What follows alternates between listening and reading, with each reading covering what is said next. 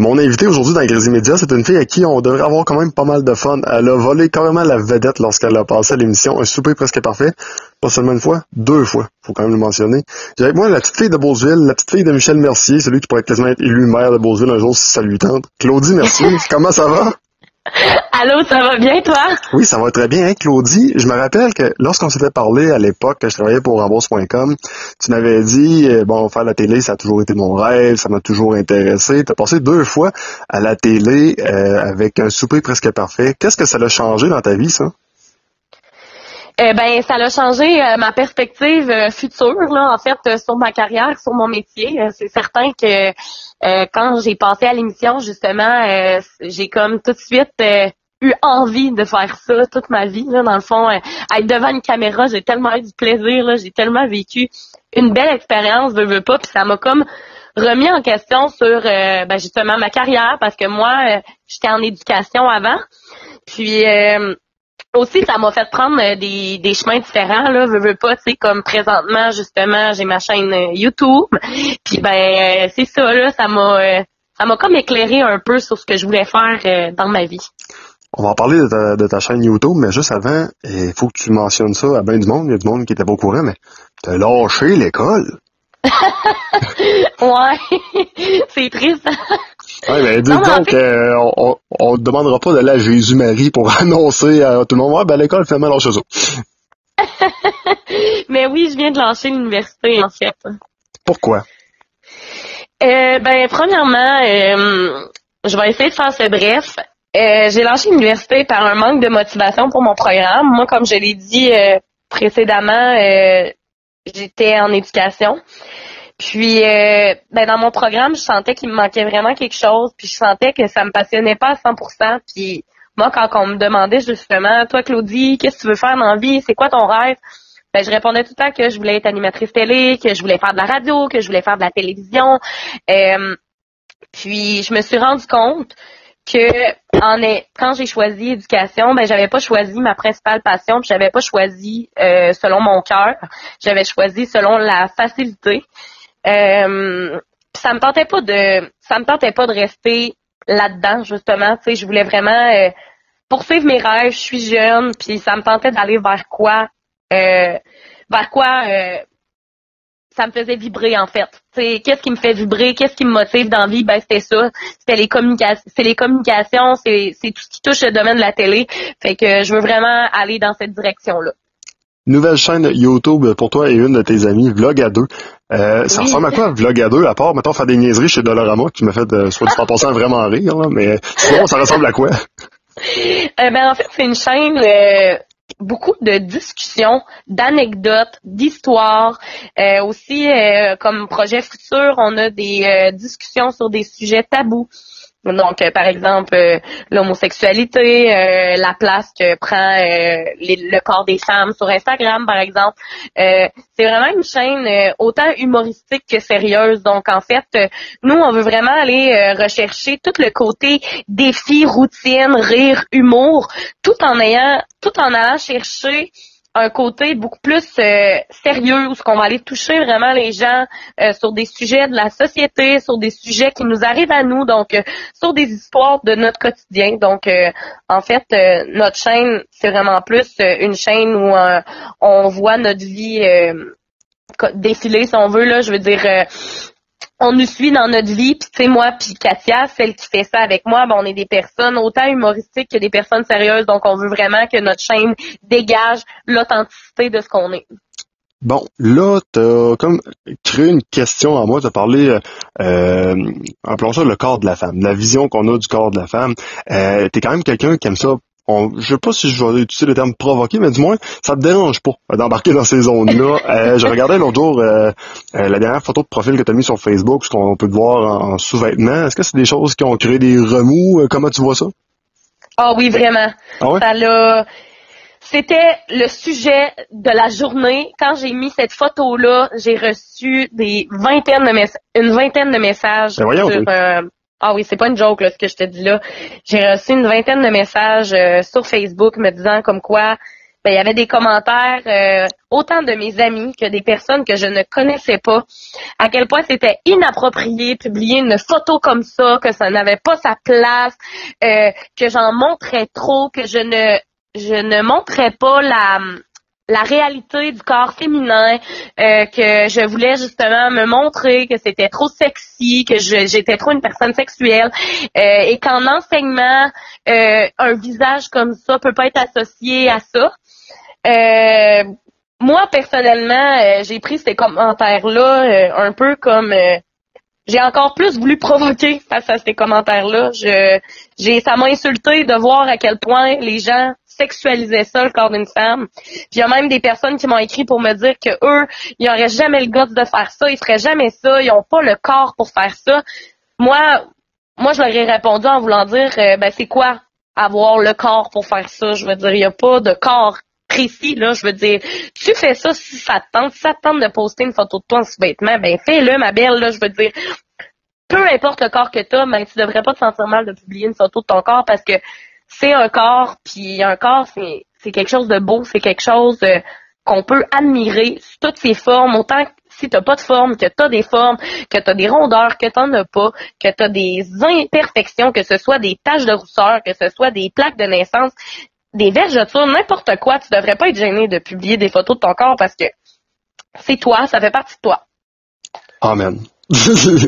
Ouais, c'est ça. Autre sujet pour toi, les télé-réalités. Bon, on s'entend, t'as fait un super presque parfait. J'ai comme l'impression qu'un jour, on pourrait peut-être te voir dans Occupation Double, L'amour dans le pré, une affaire de même. Je sais pas, peut-être. Oui.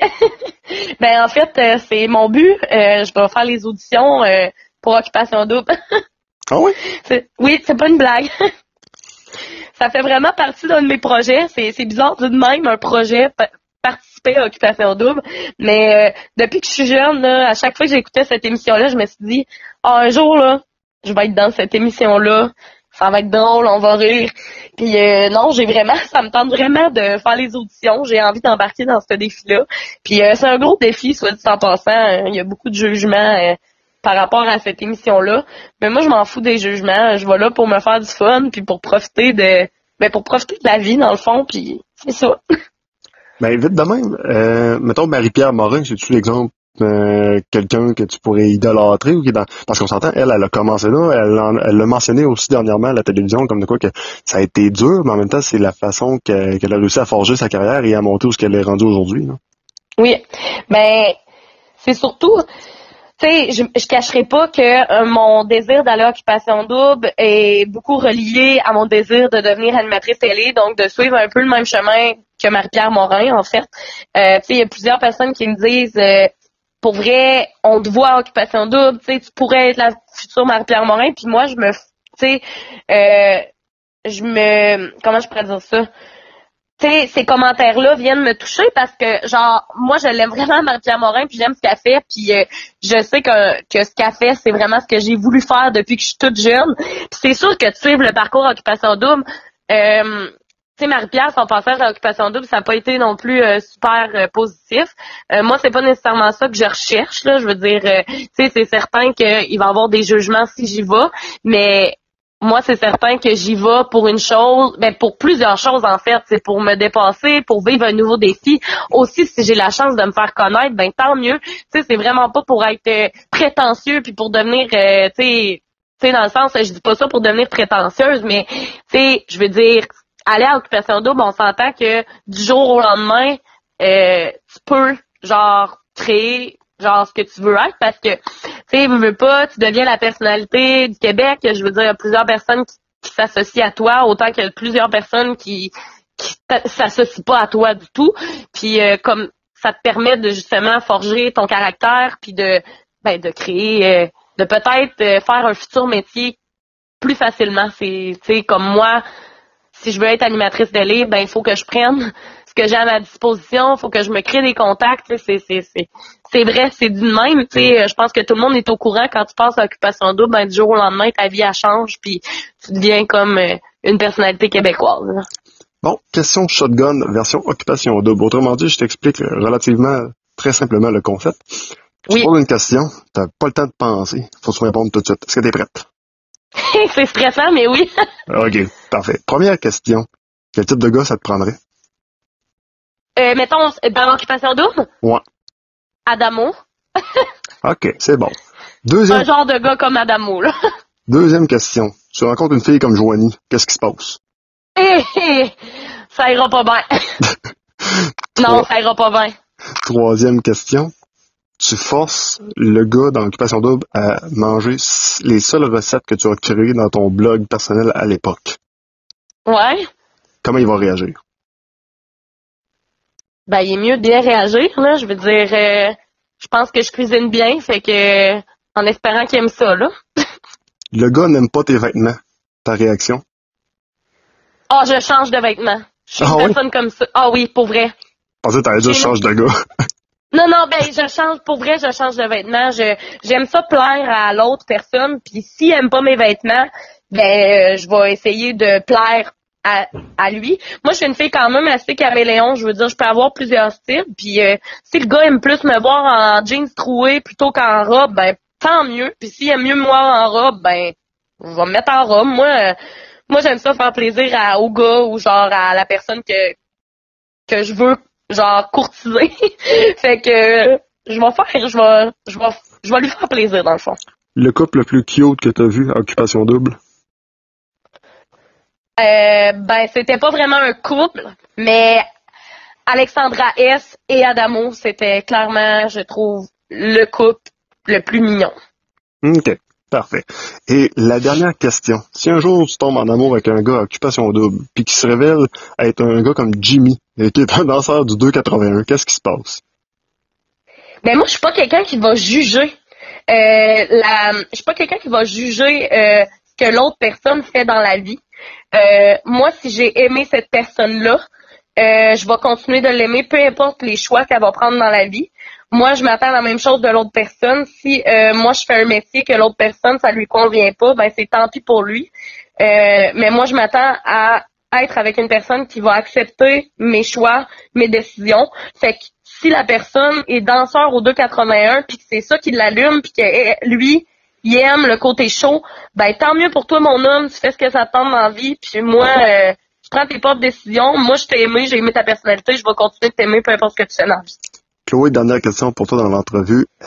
J'aimerais t'entendre savoir quel type d'émission tu aimerais animer plus tard, si ton rêve se réalise. Qu'est-ce qu'on pourrait te souhaiter d'animer? Ben, moi, je suis une personne plus de de show. Comme j'aimerais ça avoir mon propre show. Comme Marie-Pierre Morin, elle a son propre show. Ben moi, j'aimerais ça avoir mon propre show, où que j'invite des personnalités québécoises, que je discute avec eux, qu'on parle de sujets qui nous interpellent les deux. Moi, ça serait vraiment ce genre d'émission-là que j'aimerais animer. Sinon, si on parle plus d'émissions connues, j'irais plus vers des émissions comme, mettons, mettons, j'aurais aimé ça animer, mettons, les recettes pompettes. J'aurais bien ri. Je trouvais ça bien drôle. Mettons, aussi la guerre des clans. Je trouvais ça bien comique aussi. Atome crochu. Toutes ces émissions-là, là, mais c'est sûr que aussi, j'aurais aimé travailler à Salut Bonjour. Vraiment, je suis vraiment volatile comme personne dans le monde de la télévision. Moi, j'ai envie de tout essayer. Puis peut-être un jour, je vais avoir ma propre émission, mon propre show, comme on dit. Ben, entre-temps, on va inviter les gens à aller voir Vlog à deux, qui va divertir les gens et qui va faire parler aussi, je pense, quand même pas mal. Et pourquoi pas pour le reste, la suite des choses, Occupation Double et peut-être même des projets de télévision. Du moins, ta belle personnalité, Chloé, fait que je pense qu'il y a des belles choses qui pourraient peut-être t'arriver un jour. Ah, ben, merci beaucoup, c'est super gentil. Merci de m'avoir interviewé aujourd'hui. Ben, ça fait plaisir. Passe une belle journée, bye bye. Oui, toi aussi, bye bye.